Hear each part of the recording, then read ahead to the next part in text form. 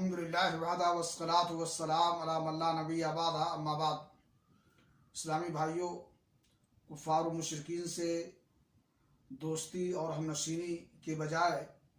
اہل تقوی اور پرہیزگاروں سے دوستانہ اور برادرانہ تعلق قائم کرنا چاہیے، اور اگر دعوت دینا ہو، کھانا کھلانا ہو تو پرہیزگار لوگوں کو مدعو کرنا چاہیے۔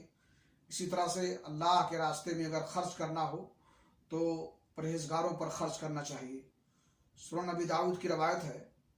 اللہ کے نبی جناب محمد رسول اللہ صلی اللہ علیہ وسلم نے ابو سعید خدری رضی اللہ تعالیٰ عنہ سے فرمایا، لا تصاحب الا مؤمنا ولا یأکل طعامک الا تقی۔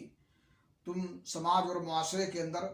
اگر کسی کو اپنا ساتھی بنانا چاہتے ہو، کسی کی صحبت میں رہنا چاہتے ہو تو مومن کو اپنا ساتھی بناؤ،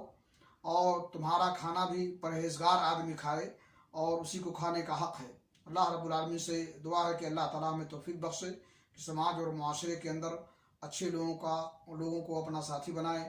اور اگر کھانا کھلائیں